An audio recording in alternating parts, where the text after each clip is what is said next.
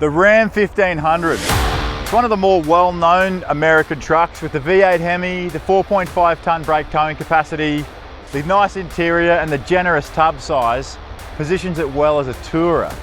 But before you jump to any conclusions, let's take a look at a few numbers together.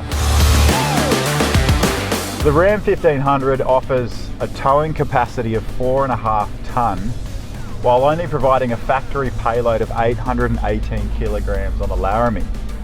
So if you're throwing on an off-road caravan on the back with, say, a towable weight of 300 kilograms, that means you're only left with just over 500 kilos of payload. So if you're planning on using this ute commercially or building a tourer, then you're gonna have to consider a GVM upgrade. If you don't, you can say goodbye to your handling as well as your ability to stay legal on the road. So what do you do about it? Well, you complete a GVM upgrade, and this legally and practically upgrades the carrying capacity of the four-wheel drive. As a part of the process, you replace the relevant suspension components to ensure that it's capable of carrying the additional weight. If it's completed pre-registration, you retain your full towing capacity. And if it's post-registration, it depends on your state's rules.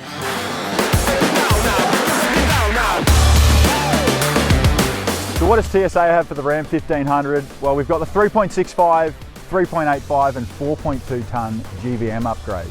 With all of our upgrades, we start by upgrading the upper control arms and the panhard rod. For the 3.65 tonne GVM, we run our Apex monotube shock, and this takes your payload from 818 kilos to 1,018 kilos.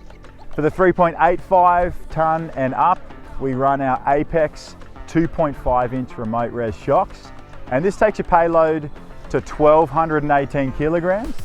And lastly, for the 4.2 tonne, we add in a rear diff modification, and this gives you a payload of 1,568 kilograms. At the 4.2 tonne GVM upgrade, you do require load rated wheels and tyres, but it also allows you to run 35 inch tyres if you're looking for that. So how does the GVM upgrade affect the Ram 1500? Well, it comes with springs in the rear from factory, so it's not a terrible ride, but it's still not suited to heavy loads in harsh conditions. So if you're throwing a builder's trailer on the back or planning on building a tourer, then you have to consider a GVM upgrade to ensure that your suspension and compliance are set for heavy loads.